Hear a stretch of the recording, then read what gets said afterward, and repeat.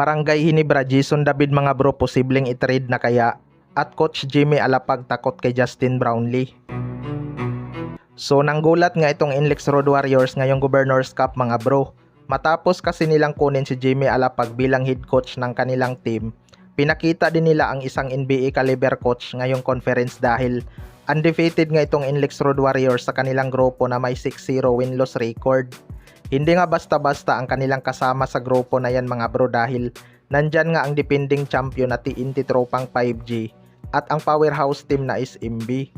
Pero ayon nga kay Coach Jimmy Alapag mga bro, hindi pa daw sapat na record yan dahil posible pa nilang makalaban ang Barangay Hinebra sa playoffs.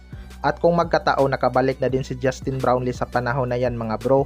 Well, para sa akin mga bro, isa pa rin talaga tong si Justin Brownlee sa sukatan ng mga import ngayong conference. Alam naman natin na babalik pa talaga to kapag naka-recover na sa kanyang injury. Nasa US pa nga ito nagpapagaling mga bro. Pero asahan natin bago matapos ang buwan ng August, babalik na tong si Justin Brownlee sa Pinas para sa kanilang team practice. Siya pa rin kasi ang naturalized player ng ating national team sa final window. Baka pagkatapos nun, diretso na siya sa Barangay Hinebra para palitan ang kanilang temporary import na si Riley Grigsby. Kaya abangan na lang natin ang kanyang pagbabalik. Sa kabilang banda naman mga bro, Barangay Hinebra, Jason David posibleng i-trade na kaya? Ito ngang si Jason David ay nagkaroon ng injury mga bro. Sayang lang dahil lumalabas na sana ang kanyang laro pero tinamaan na naman siya ng injury. Taon nga ang kailangan niyang pahinga para makarecover. Sa ngayon nga mga bro, nakikita na ni Coach Timcon ang posibleng papalit kay Jason David. Yan nga ay si Jan Abis.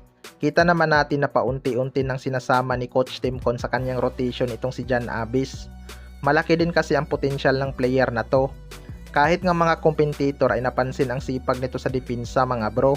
May bitaw din sa opensa tong si Jan Abis.